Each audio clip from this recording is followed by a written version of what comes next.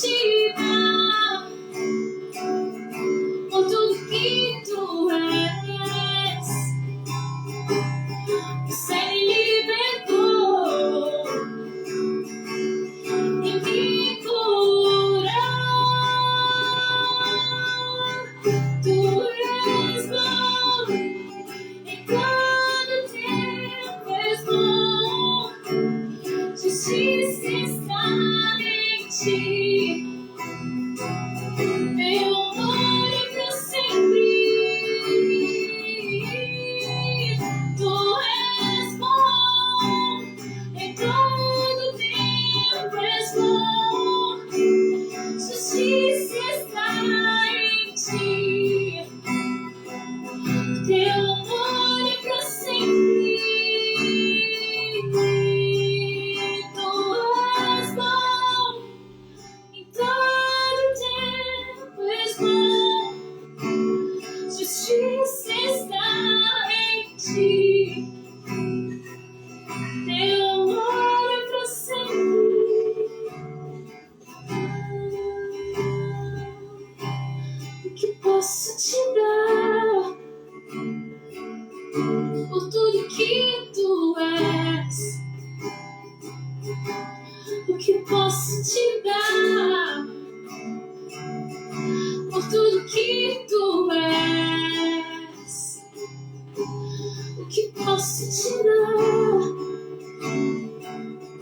por tudo que tu és?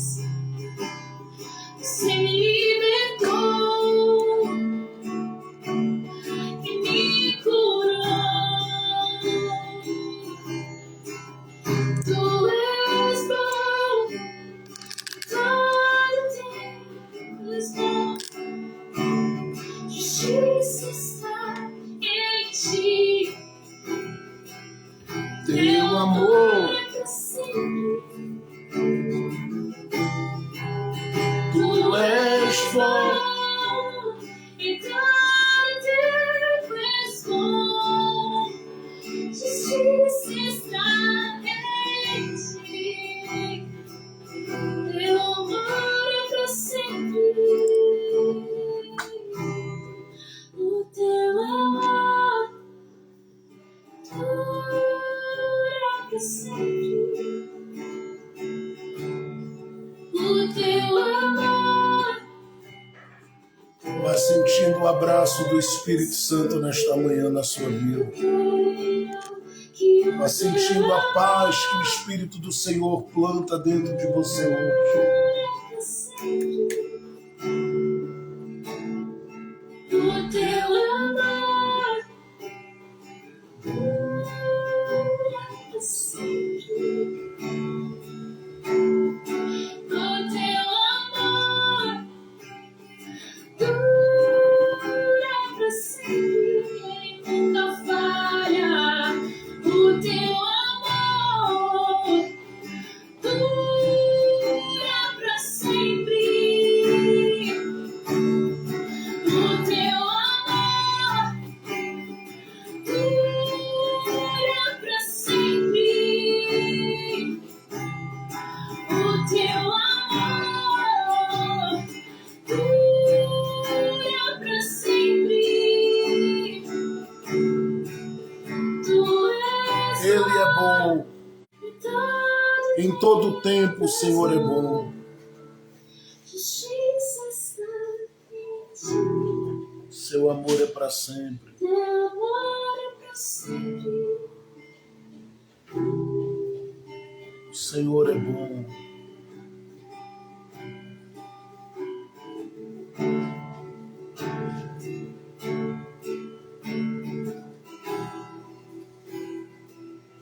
Teu amor é pra sempre. Oh, glória a Jesus. Queridos, vamos ler a palavra de Deus nesse momento, uma vez mais. Já vamos levantar a voz em oração, levando em consideração os pedidos de oração feitos pelos nossos irmãos em Cristo e aqueles também que não são evangélicos, mas que também pedem oração. E nós vamos estar orando pelas famílias, os lares, as casas, crendo que o Senhor é poderoso para fazer além do que se pede, do que se busca.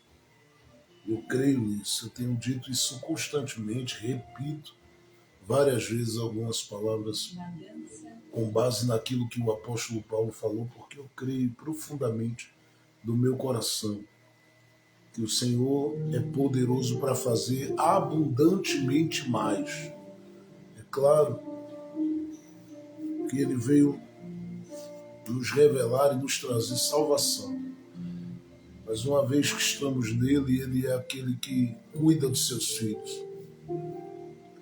E ninguém mais do que Ele sabe cuidar de mim, sabe cuidar de você, sabe cuidar da comunidade cristã Casa da Noiva. Ninguém mais do que Ele sabe cuidar de tudo que tem a ver com a nossa vida, com a nossa existência. E Ele vai continuar trabalhando em nosso favor, até porque o que a gente tem feito tem sido somente para Ele e com o objetivo de glorificarmos o nome dEle em tudo e em todas as coisas. É no nome de Jesus, é para a glória de Jesus e para o louvor do nome santo de Jesus.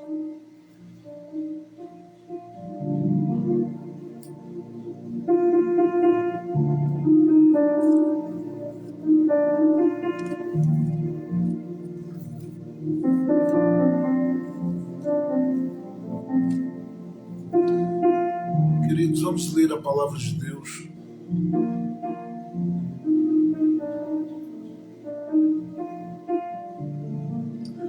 no livro do Gênesis.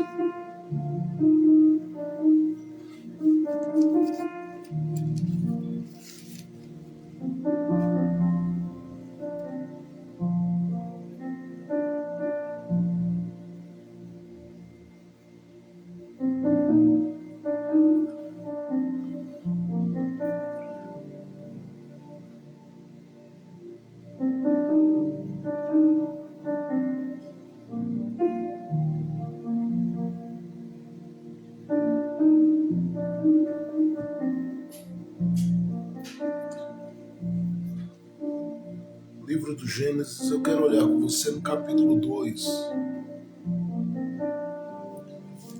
Gênesis capítulo 2.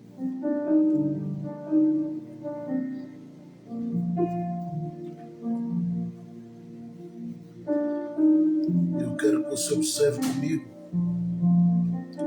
o que diz a palavra de Deus. Aí em Gênesis capítulo 2,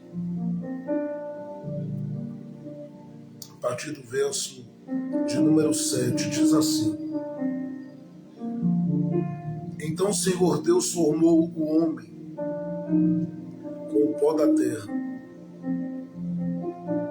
e soprou em seu nariz fôlego de vida, e o homem se tornou um ser vivente, ou, conforme outras traduções, alma vivente. Plantou o Senhor Deus o jardim no Éden, ao oriente, e pôs ali o homem que havia formado. E o Senhor Deus fez brotar da terra toda árvore agradável à vista, e boa para comer, e também a árvore da vida no meio do jardim, e a árvore de conhecimento do bem e do mal. E saía do Éden um rio para regar o jardim, e dali se repartia em 4 braços. O nome do primeiro era Pison, e este é o que rodeia toda a terra de Amlá, onde há ouro.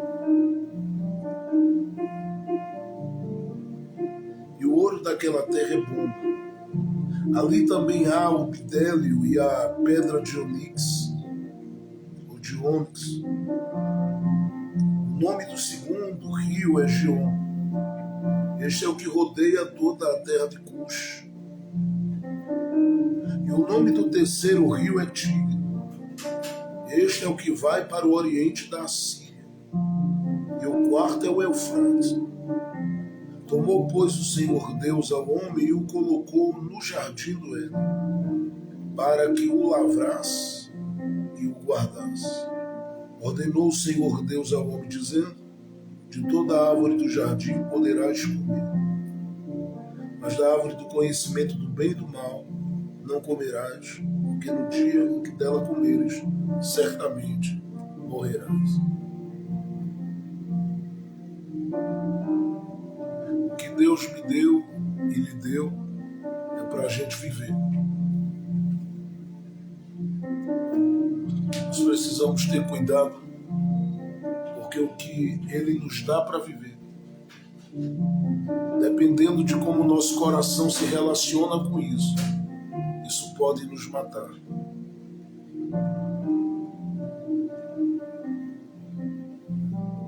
A história é antiga, mas o assunto é bem atual. Porque na relação nossa com Deus, a gente entende que fomos não somente criados, mas formados, e não somente formados, mas gerados por Ele, para sermos aqueles que refletimos a partir das nossas atitudes aquilo que o glorifica. Em outras palavras, eu estou tomando aqui a figura de Adão como aquele que é criado por Deus, como este que representa cada um de nós. E quase sempre a gente consegue fazer isso, pensar no Adão ou no primeiro homem como aquele que representa a cada um de nós apenas naquilo que se chama queda. E eu entendo, porque nós somos praticamente aqueles que viemos pós Gênesis 3 como resultado do impacto daquela queda, ou sob o impacto daquela queda. Porém, quando eu falo de Adão, eu preciso entender que antes do Adão ser esse Adão da queda, ele é um Adão em Deus. E na medida que Deus, diz a Bíblia, criou os céus e criou a terra, e deu ordem em Gênesis 1 para que tudo na terra fosse produzido, Deus chegou no ponto mais alto daquilo que ele gerou. E isto não sou eu que digo, mas a Bíblia. Quando se refere ao homem, a Bíblia diz que ele é a coroa da criação de Deus. Claro, quando fala homem aqui, é homem e mulher. Mas se fala de mim, fala de você, fala de todos nós, seres humanos, como a coroa da criação de Deus. As razões, só Deus, a partir da sua palavra, para nos fazer entender. Porque entre os animais há tanto de beleza, entre os anjos há tanto de graça e autoridade. Mas de tudo que Deus criou, principalmente pensando em céus, e aí a gente pensa em tudo que compõe esse imenso, magnífico e profundo universo, Deus olha e diz: vocês são a coroa da minha criação. É claro que isso é dito ao homem, ou revelado, para que o homem compreenda que Deus investiu muito nele. E o investimento de Deus no homem, ele está ligado ao fato de Deus plantar aqui dentro essa parte material composta daquilo que chamamos de alma e de espírito.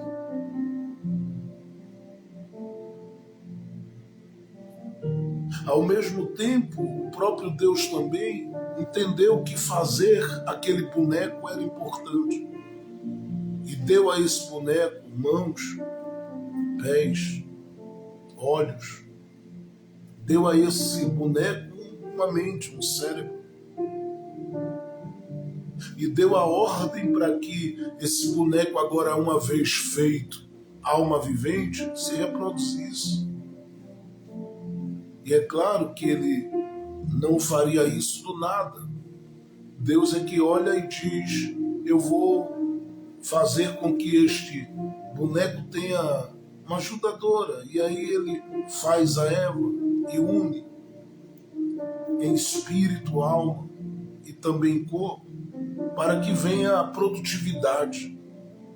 E essa produtividade, ela se torna uma realidade e é entendida, assimilada pela gente a partir de Gênesis 4, mas principalmente em Gênesis capítulo 5, onde a Bíblia mostra ali a genealogia de Adão e nos esclarece uma série de coisas, inclusive o grande questionamento de pessoas sobre se Abel e Caim eram os únicos que particularmente existiam, e a gente ali como filhos de Adão, mas não. Gênesis 5 diz claramente,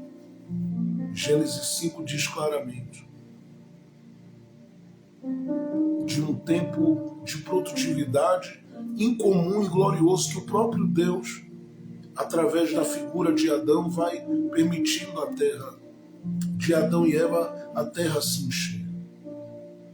E é claro que se dá destaque a eles dois como aqueles que vêm como fruto de bênção de Deus na vida deles logo de início, por causa daquilo que acontece com aquelas duas figuras, o Abel e o Caim, principalmente a questão do Caim matando o Abel. Então se dá uma ênfase maior ao processo de morte, o impacto causado pela maldade do Caim para com o Abel. Mas quando se fala da geração de Adão, a gente não tem ali a idade, por exemplo, dos dois. Então se fala de um tempo que não dá para a gente contar, mas que nesse período de tempo eles vão além do Abel, além do Caim, no sentido de produtividade. Como isso é uma coisa tão simples de compreender a partir de Gênesis capítulo 5, eu não quero aqui focar nesse ponto. A grande questão é que o próprio Deus, que gera esse, que cria esse, que forma esse homem para produzir, ele dá a esse homem, no mínimo, duas coisas importantes. A primeira é a honra de tudo que Deus criou relacionar-se com Deus em profundidade. E a ideia que a gente acabou tendo a partir das nossas tradições, e tem, é que Deus visitava o homem no jardim. Deus não precisava sair do céu para descer, mas ele tem esse prazer. De onde há culto, ele se revelar. Onde há louvor, adoração, ele se revelar. Onde há uma entrega sincera do coração do homem para com ele, ele se revelar. E ele assim o fez. Não uma vez, não duas, mas algumas vezes. Quem sabe com o objetivo de discipular o indivíduo chamado Adão e fazer de Adão uma figura que pudesse transferir ou transmitir isso para aqueles que viriam depois. Ao mesmo tempo, também ele dá a esse homem um segundo privilégio. E a gente percebe que isso tem a ver com a responsabilidade que o homem recebe da parte de Deus de cuidar do cenário que Deus moldou e lapidou. E essa parte é muito importante, porque se você comparar Gênesis capítulo 1 com o capítulo 2, você vai ver que tem um detalhe aí que nos chama a atenção e nos faz glorificar a Deus, porque o próprio Deus, quando a Bíblia, a partir da revelação dada e do entendimento que chegou a Moisés, a partir da revelação que é dada a Moisés, o próprio Deus fala com a terra para que a terra produza o que ele quer que ela produza. Mostrando que ele compartilhou com a terra inteligência. Inclusive lá em Apocalipse capítulo 12, quando João tem a visão daquela mulher que ele disse que viu vestida de sol, verso de número 14, 15, 16, diz que Deus, a partir do verso 13 de Apocalipse 12, diz que Deus fez com que aquela mulher não fosse atingida e vencida por aquele que a atacava, que era um dragão. Mas a Bíblia usa uma expressão ali tremenda. Diz que a terra ajudou aquela mulher, porque ela aparece vestida de sol, com a lua debaixo dos pés, enfim, uma coroa na cabeça, e aparece um dragão que é responsável por investir contra ela. Ela cai lá de cima, num deserto, corre pelo deserto, e nesse deserto que ela corre, o dragão pensou que ia tanto matar ela como a criança dela. E aquela mulher ali, ela representa Israel. Ela representa Israel. E toda a história daquele povo caminhando por um deserto. Não só nos dias de Moisés, mas ao longo, né, de toda a sua trajetória. Aquele menino que está ali, é claro, representava aquele que seria tanto amado como odiado, que é o Cristo. Sim, ela estava grávida e o dragão quer matar a criança, mas a criança não pôde ser morta porque Deus arrebatou a criança para perto do seu trono, que significa dizer que o Senhor guardou o seu projeto. Mas à medida que o projeto é guardado, a pergunta que fica é: e a mulher? E aí é onde a Bíblia diz que a terra, com a sua inteligência, ajudou aquela mulher. Porque o dragão lançou sobre aquela mulher, né, e é claro que isso é uma linguagem espiritual e simbólica, mas o dragão lançou contra aquela mulher aquilo que poderia sufocá-la, matá-la, destruí-la, mas Deus não permitiu. Diz a Bíblia que o Senhor deu àquela mulher asas de águia para que ela voasse sobre o deserto. E ela conseguiu, a partir dali, prevalecer contra o dragão. E o dragão não pôde tocá-la nem alcançá-la. Primeiro, porque Deus guarda tudo que tem, tudo que está sobre a nossa responsabilidade. Segundo, porque Deus nos cerca e sempre vai nos tirar do alcance do adversário, por mais que a investida dele seja bem planejada e bem pensada.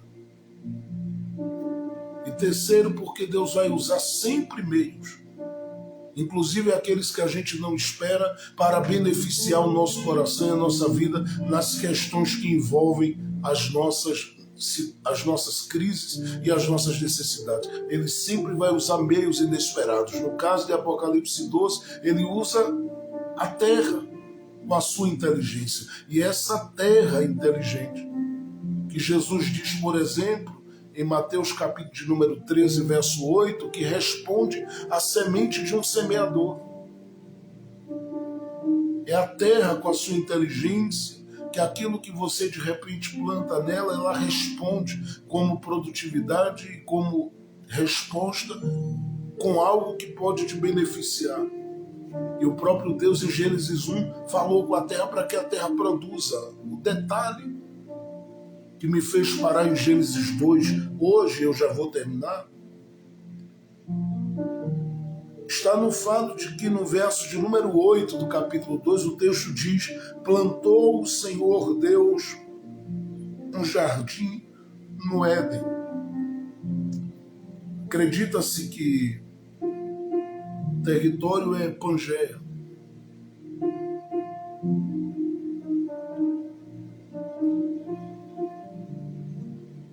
E ali o Senhor planta um jardim. E a pergunta que eu fiz ao texto é: por que esse jardim precisa ser plantado por Deus? Se tudo que Deus veio fazendo em Gênesis capítulo 1 tem a ver com uma ordem que ele deu à terra, porque ele lançou sua palavra, e pela palavra, diz o escritor aos Hebreus, os mundos foram criados. Tudo passou a produzir, tudo passou a responder ao poder da palavra de Deus. E se tudo passou a produzir a partir da palavra, por que que justamente esse jardim tinha que ser plantado?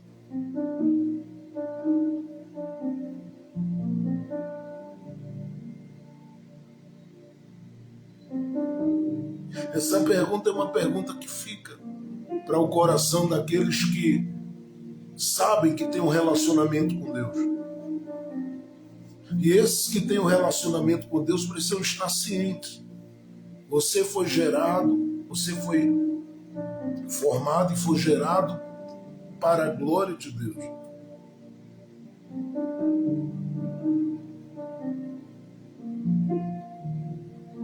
Agora, por que Deus em si tem que plantar esse jardim se tudo aqui é dito que foi produzido como resposta à palavra de Deus pela própria terra? Porque foi ele quem disse. Está aí em Gênesis 1, verso 11, vou ler. Depois disse Deus, produz a terra erva verde, erva que dê semente, árvore frutífera, que dê fruto, segundo sua espécie, que tenha em si sua semente sobre a terra. E assim foi. A terra, pois, produziu erva verde, ervas que davam semente, segundo sua natureza, e árvores frutíferas, cuja semente estava nela, segundo sua espécie. E viu Deus que era bom. E houve tarde e manhã, o terceiro dia. Então aí as coisas começam a tomar um outro caminho, uma outra proporção. Mas até então, a palavra de ordem de Deus aqui é que a terra produza. Então as árvores começam a surgir, a brotar, porque a terra recebe a palavra de Deus como semente e responde. Só que quando a terra responde à palavra de Deus, o próprio Deus termina tudo. E ele diz, já produziu terra? Pronto. Então agora eu quero os luminares aí. E aí vem o sol, vem a lua. Um para governar o dia, outro para governar a noite. E aí ele olha e diz, eu já separei as águas, já fiz a terra produzir, já estabeleci os luminares. No capítulo de número 1, verso de número 26 diz, então disse Deus, façamos o homem. E ele está falando com a sua triunidade. Está falando ali na pessoa do Pai, do Filho e do Espírito Santo. Está falando consigo mesmo, com a sua triunidade. E ele diz, façamos o homem, a nossa imagem e a nossa semelhança. A semelhança aqui eu já expliquei em outra live, é bem fácil, né, de ser entendida, uma vez que o próprio Deus é Espírito. Jesus disse em João capítulo 4, verso 24. Ele nos deu essa parte material. Dentro de você, você tem um Espírito. E Deus te fez essa alma vivente. Nós temos aí uma tricotomia, corpo, alma e espírito. Ou alma, espírito e corpo, como você queira dizer. Mas ele te deu alma, que é a sede dos seus sentimentos, o espírito, onde a ação do Espírito Santo se torna uma realidade na sua vida, porque ele se comunica com o seu espírito e tudo aquilo que é ministrado ali, sim, traz influência, impacto sobre sua alma e, consequentemente, isso reflete na sua parte exterior, que é o seu corpo.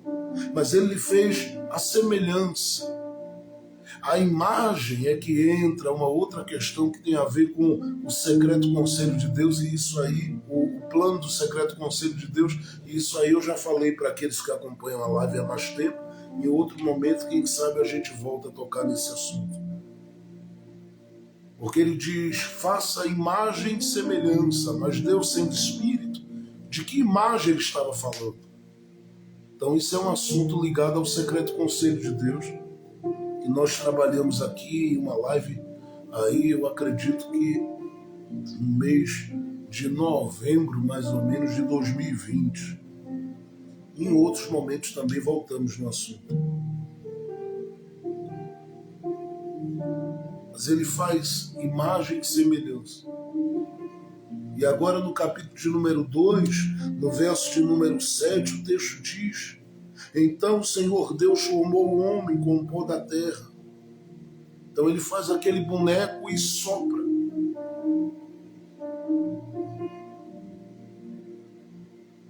Diz o texto, soprou em suas narinas fôlego de vida. E o homem passou a ser um ser vivente ou alma vivente, como algumas traduções trazem para a gente. E quando isso acontece, é o momento que o próprio Deus que disse a terra produza, ele começa a fazer algo naquele território. O verso 8 diz que ele começa a plantar um jardim. E ao plantar o jardim, e o texto diz, no Éden, porque é um jardim no Éden,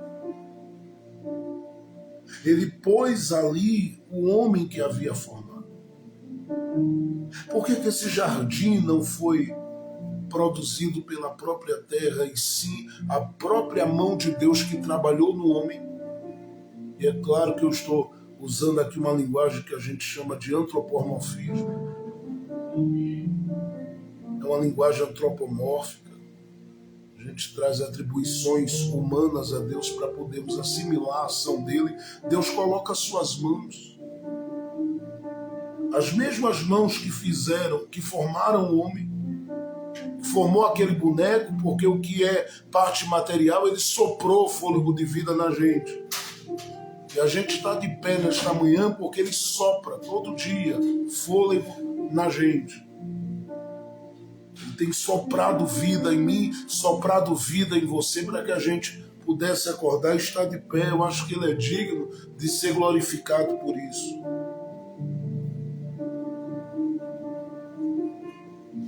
Porque se dependesse do adversário da tua alma, faltaria fôlego. Mas como os planos de Deus são planos excelentes sobre a sua vida, nada impede seu agir, nada impede seu trabalhar, e ele vai continuar soprando vida na sua história. Mas eu preciso correr. Por que Deus planta esse jardim e põe o homem ali no meio? Por que ele não fala que é para a terra fazer o que já vem fazendo com excelência? Porque é ele que usa as mesmas mãos que formaram o boneco para plantar esse jardim. Deus se dá o trabalho de fazer um trabalho como um jardineiro que ele é um grande agricultor. Por que ele planta esse jardim? Ele está plantando esse jardim por duas razões. A primeira é que esse jardim é um presente para o homem.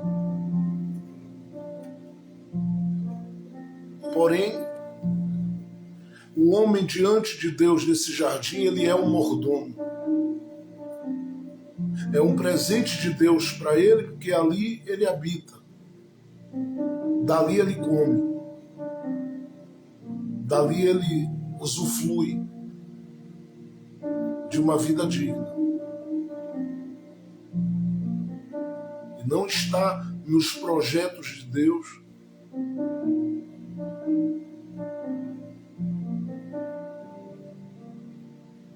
qualquer situação que coloque o homem em uma condição miserável. Isso aí é fruto da queda e da maldade que a queda gerou no coração coração de muitos. Eu digo de todos, porque a Bíblia diz que todos somos pecadores, mas há aqueles que já têm sido alcançados por Jesus e o Espírito do Senhor tem trabalhado neles para serem favoráveis. Mas há muitos corações que ainda têm o coração de Caim. É matando para que ele prevaleça. É matando o outro para que ele continue estando acima de tudo.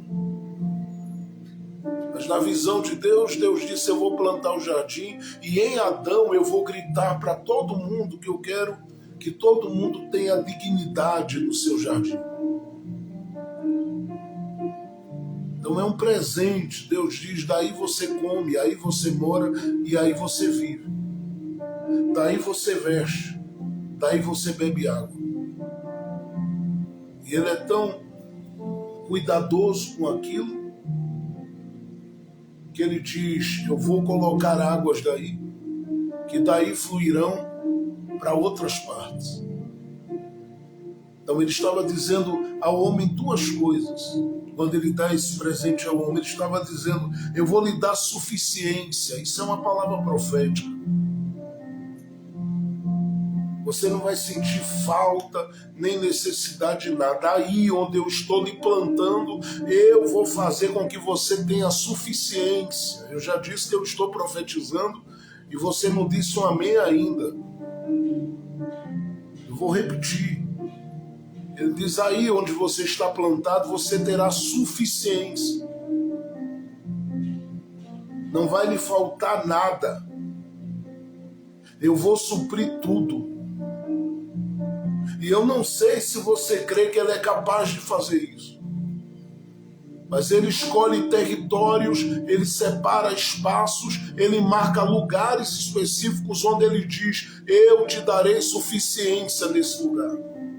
E segundo, além de suficiência, ele diz: você vai viver aí. A situação triste é quando o homem é obrigado, pela sua própria ação maldosa contra si mesmo, porque todo ato de maldade não é para com os outros, é sempre contra mim mesmo. Ele vai ter que ser expulso do Éden por causa desse ato maldoso contra ele mesmo. Porque ele não sentia necessidade de nada. O grande engano do adversário da nossa alma foi convencer que havia muito no pouco.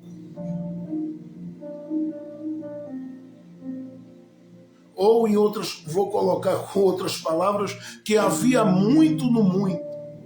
Quando na verdade, do ponto de vista do homem, havia muito no pouco. Por que eu estou falando isso? Porque aquele jardim Deus planta e diz que Deus colocou lá umas árvores ali que fazem diferença. E o adversário conseguiu convencer tanto a mulher como o homem, porque começa por um diálogo, mas termina com o homem comendo também, que naquilo que era muito, tinha muito para eles. Ele disse a eles: olha, se vocês comerem isso aqui, vocês serão como Deus. A semelhança dele. Mas é um engano, eles já eram semelhantes porque foram feitos à sua imagem e à sua semelhança. Só que o adversário conseguiu convencê-los de que havia um poder guardado ali.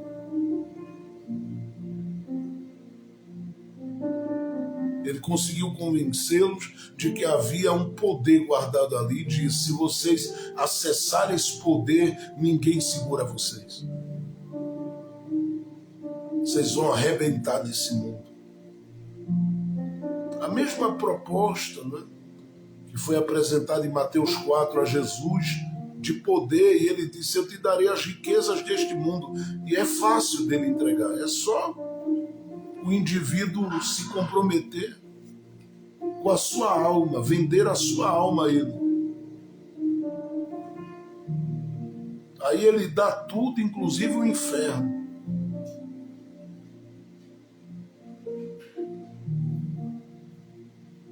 Então ele disse: é só comer. Para quem tinha todas as árvores do jardim para comer. Ou seja, tinha suficiência. Parar para provar daquilo que não devia ser mexido foi uma loucura. E foi uma loucura que fez com que os olhos deles se abrissem e eles vissem que eles só não viam miséria neles mesmos porque estavam cobertos com a glória de Deus. Uma vez que a vestimenta da glória de Deus se rasgou, eles começaram a ver todas as mazelas, e essas mazelas foram tomando conta do ser humano de uma forma que em Gênesis capítulo 6, Deus disse: tem que mandar um dilúvio aí para dar uma lavada nesse negócio aí embaixo, nessa terra aí embaixo. Porque essa terra está numa situação muito delicada, muito complicada. E havia muita maldade espalhada. É claro que os dias que a gente vive não são diferentes. Mas o adversário continua convencendo gente que tem muito naquilo que parece muito, porque se torna muito pelo fato de ser algo que Deus disse: deixe isso aqui que eu cuido. Vá cuidar do seu, do que eu lhe dei. Usufrua, coma, se alegre, desfrute, viva, respire, vai lá. Agora deixa essa parte aqui, que essa parte eu vou cuidar. Mas o adversário continua convencendo corações de que aquilo que ele tem não é suficiente. Que ele precisa invadir áreas, atropelar etapas, arrebentar coisas para poder chegar onde ele quer chegar. E essa não é bem a proposta, essa não é bem a ideia. Deus tinha algo melhor para o homem naquilo que ele plantou o homem para viver. Só que ele diz ao homem: eu estou te dando suficiência. Eu não quero contar toda a história. Eu quero ficar só nesse ponto. Porque aqui é onde ele tem suficiência. Aonde, pastor? Onde Deus o planta. Deus abre aquela porta para ele e diz: é nessa área, é nessa vocação, é nesses dons, é nisso que eu te dei que eu vou te fazer ter suficiência. E os medos virão querendo tomar conta da sua vida, mas nada disso vai prevalecer, porque Deus é a sua segurança. Então Deus planta o jardim, proporciona rio, frutos, do bom e do melhor. Coloca os animais para o homem em si estabelecer a partir dali. Os nomes desses animais. E segundo o texto de Gênesis 1, coloca sob a autoridade do homem todas as coisas. As aves do céu, os animais da terra, os peixes do mar. Por isso tem gente que parece que se sente em casa mergulhando ali no Fernando de Noronha. Outros se sentem em casa nos ares, voando.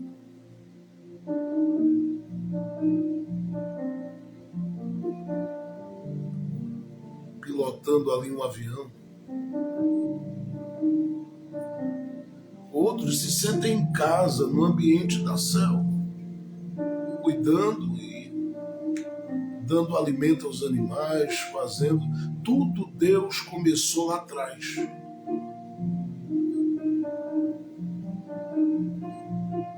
A sua segunda coisa que ele dá a esse homem, além dessa suficiência no jardim, ele dá a esse homem o direito de ir e vir dentro desse jardim.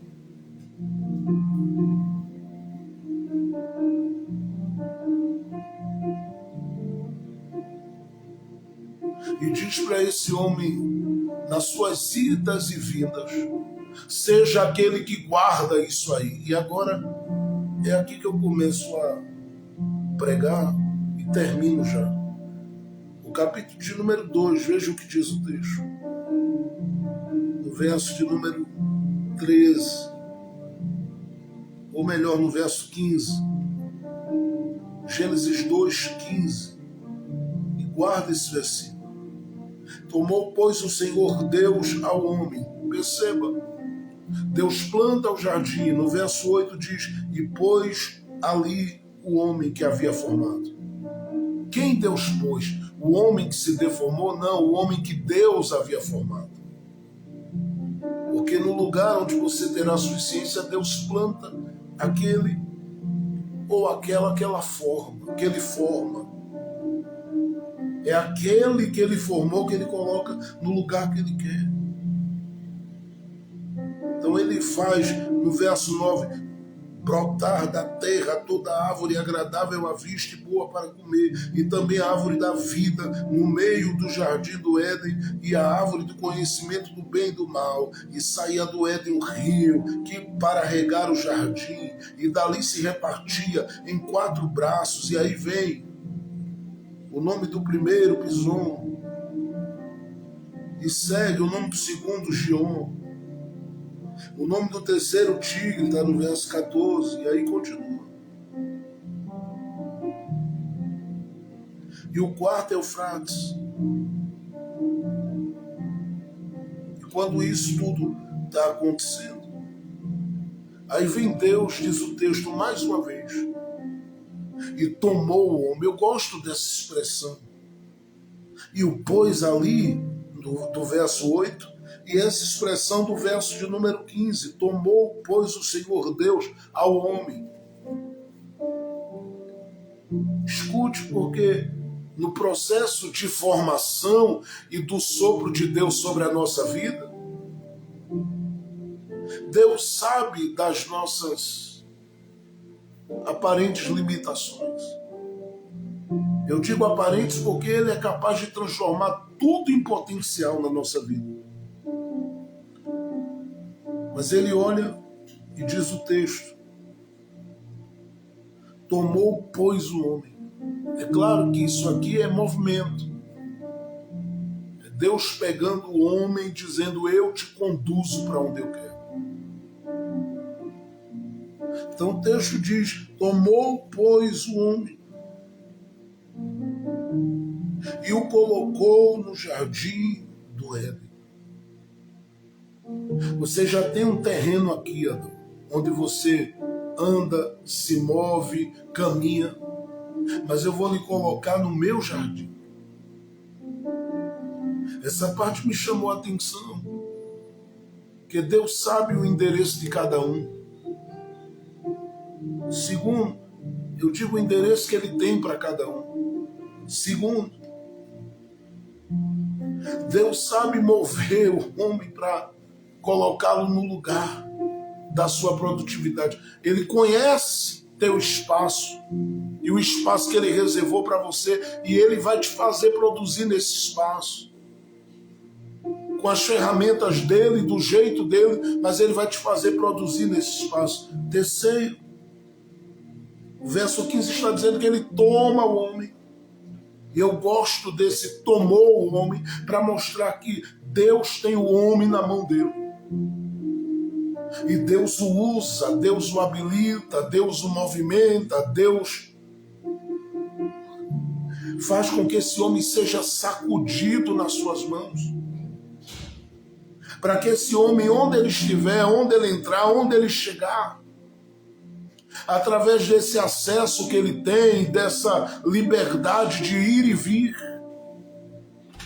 ele possa glorificar a Deus através daquilo que ele faz para Deus e através daquilo que ele tem feito com Deus e em Deus. É isso que me faz glorificar o Senhor, porque ele, diz o texto, tomou o homem e o colocou no jardim do Éden. Colocou para quê? Para que ele dissesse, eu sou o habitante do jardim? Não. Para que ele dissesse, olha o jardim que está sob os meus cuidados? Também não. Mas para que ele cumprisse a sua missão. Porque Deus nos toma para cumprirmos a nossa missão. Você pode não ter habilidade, força, capacidade, mas ele tem. Você pode não ter recursos, mas ele tem. Você pode, na sua visão, olhar e parecer tudo tão impossível aos seus olhos. Para ele, tudo é possível. E se você crê, ele faz. É claro que tem horas que você vai sentir que há resistências. Para que você não viva como um homem tomado por Deus, como uma mulher tomada por Deus. Mas o Senhor que te escolheu, o Senhor que te separou, o Senhor que te plantou aonde você está, Ele vai te ajudar. Ele vai à tua frente nesse negócio. E o que tiver que tirar de impedimento, Ele vai tirar. O que Ele tiver que mover para te abençoar, Ele vai mover. O que Ele tiver que fazer chegar para fazer você fluir na sua missão, Ele vai fazer. Ele vai te tomar nas mãos dEle. Ele toma o homem, diz o texto, no verso 15, nas duas últimas palavras, para que lavrasse e para que guardasse. Deus quer o homem agindo no jardim e guardando o jardim. A ideia aqui tem a ver com produzir e preservar. Produzir e preservar. E aqui fica essa palavra profética para a sua vida. Porque se você olha para você e se sente incapaz de fluir na sua missão, Deus me colocou hoje aqui como um instrumento nas suas mãos para dizer a você que Ele vai te tomar. Ele vai te tomar. Vai te tomar nas mãos dEle para produzir e para preservar. Existe um declínio do homem depois disso, mais para frente? É claro que existe, só que em Cristo você está hoje. E você tem nele tudo o que você precisa para continuar somente produzindo e preservando. E aqui vai a palavra, porque tem muita coisa que está na sua mão que você ainda não entendeu, que a sua missão é produzir e preservar. Mas Deus vai te ajudar, Deus vai te fortalecer, Deus vai te encher do Espírito Santo, Deus vai te encher de sabedoria, porque a Bíblia diz, se alguém precisa de sabedoria, peça a Deus que dá e não lance rosto. Creia no que eu estou profetizando a partir da palavra, porque Ele vai te ajudar. Tem muita coisa para você não acontecendo para você não produzir, mas este segundo semestre do ano ainda é um segundo semestre onde você vai produzir muito para a glória de Deus. Ao mesmo tempo que você produzirá, Deus te dará graça para preservar. É lavrando e guardando. Deus vai fazer fluir. Tem coisa nas suas mãos que Ele vai fazer com que se multiplique. Tem coisas nas suas mãos que Ele vai fazer com que tudo isso brote para a glória dEle e venha a responder à sua fé como nunca antes. Porque Ele é o Deus que sabe fazer com que o jardim cresça, para a glória dele. Por isso confie. Ele não te plantou para que o lugar fique improdutivo. E nem te plantou para que isso seja destruído. Ele vai te tomar nas mãos dele. Talvez você diz até mesmo que o seu jardim, seu território, seu espaço está sob ataque, mas Deus te dará muita graça ainda. Deus te dará muita graça ainda. Eu vou profetizar de novo. Deus te dará muita graça ainda. E você vai ver que o Senhor, com a mão forte dele, ele está soprando vida em você. E quanto mais vida ele sopra, mais você produz. Quanto mais vida ele sopra, mais você adora. Quanto mais vida ele sopra, mais alegria ele te dá. Quanto mais vida ele sopra, mais força você tem de Deus. E quanto mais força você tem de Deus, mais vigilante você fica, mais cuidadoso você fica, mais zeloso você fica, mais protetor do jardim você fica. Deus te dará graça, porque Ele vai te tomar. E é Ele te tomando e você produzindo. É Ele te tomando e você preservando. É Ele te tomando e você produzindo. É Ele te tomando e você preservando. A sua parte vai ser essa: produzir e preservar.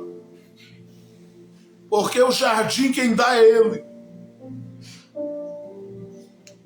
O rio que banha o jardim vem dele. Todos os recursos que são necessários para tudo se manter belo e bonito vem dele. Eu estou dizendo a você que ele vai te preservar e te conservar. Ele vai te dar força, vai te dar estrutura.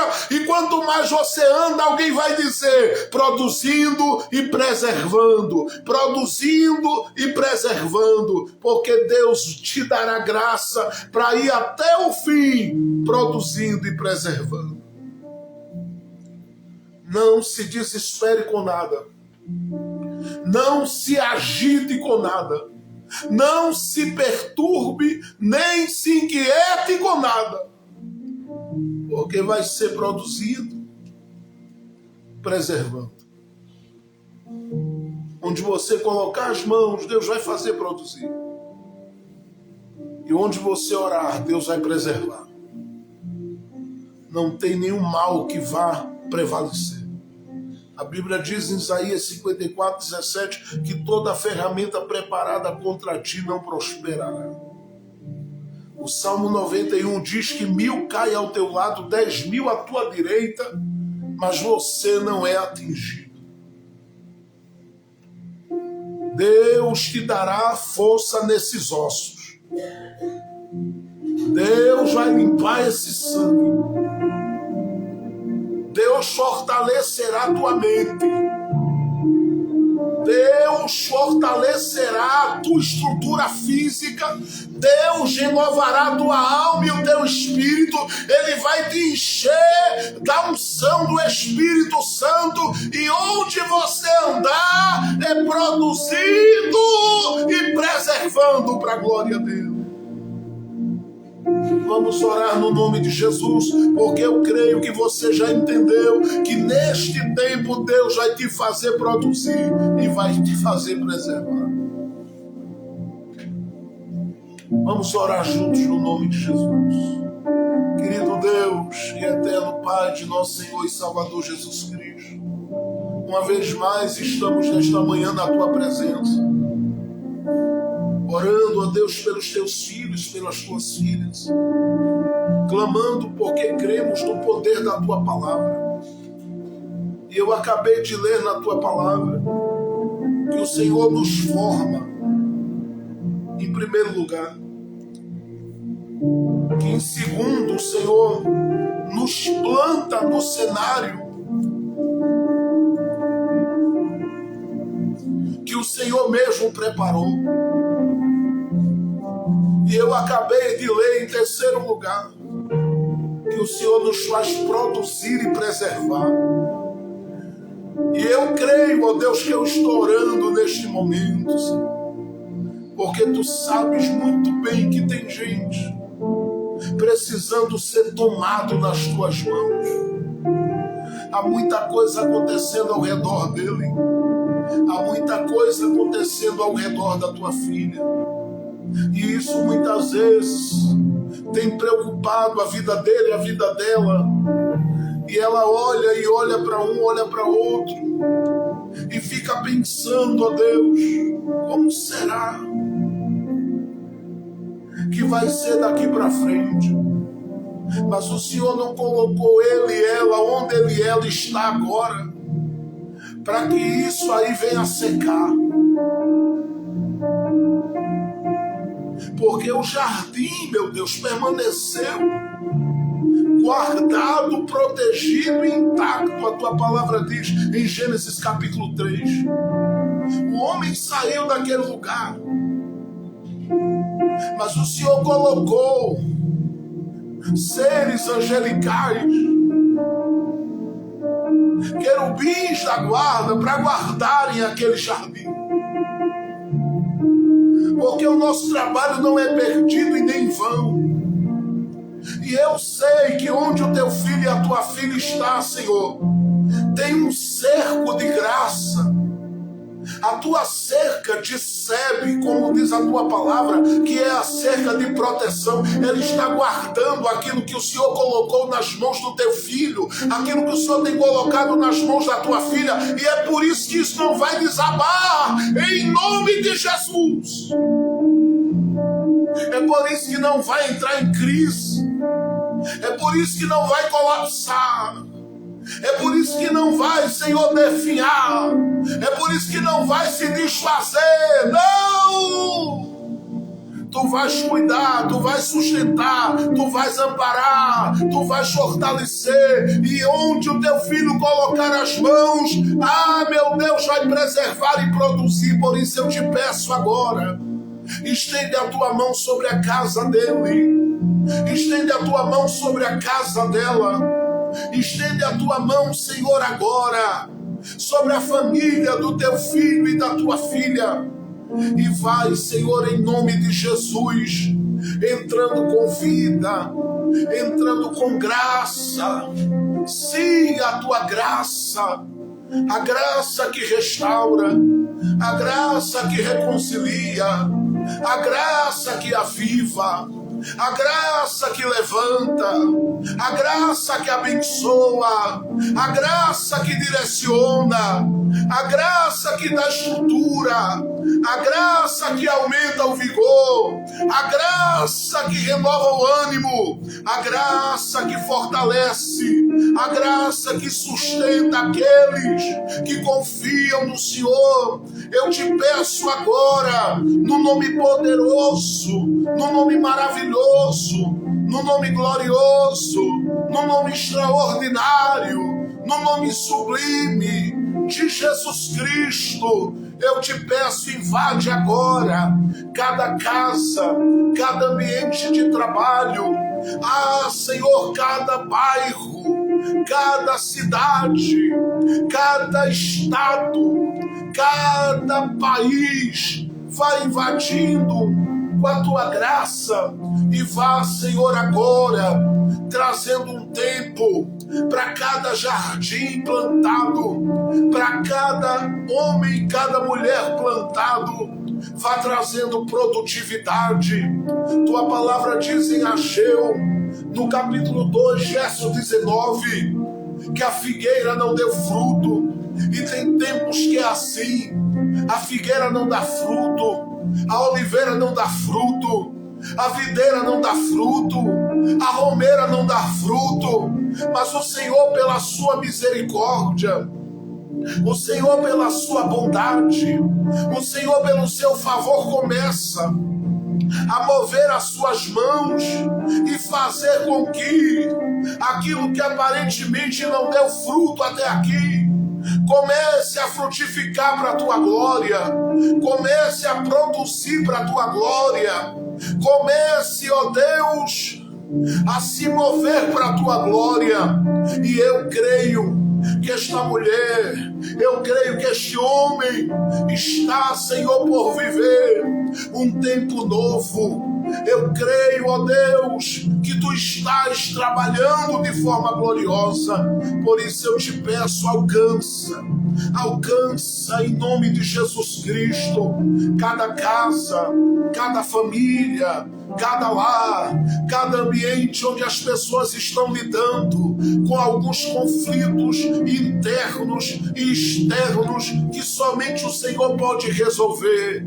Tu és o Deus que dá saúde, Tu és o Deus que dá vida, Tu és o Deus que dá graça, Tu és o Deus que libera da Tua bondade, Tu és o Deus que favorece com a Tua autoridade e com o Teu favor o coração daquele que clama ao Senhor.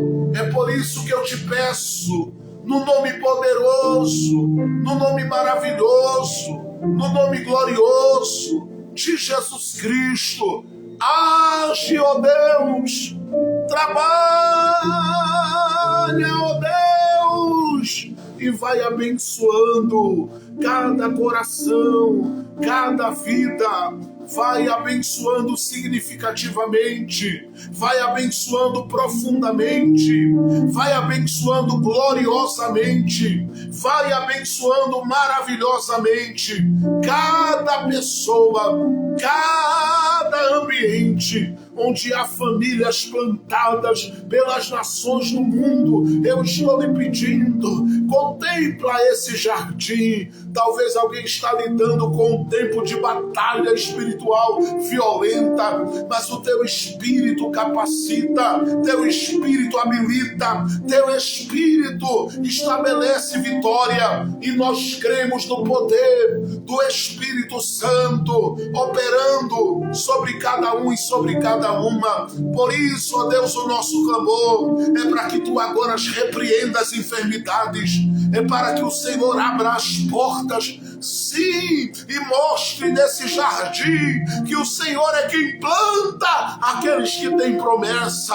Vai soprando o Teu vento, vai manifestando a Tua bênção, vai liberando a Tua bênção, vai derramando a Tua bênção, vai, Senhor, compartilhando a Tua bênção com este coração, com esta alma, com esta vida, no nome de Jesus Cristo. Eu te peço, ó Deus, alcança cada mente.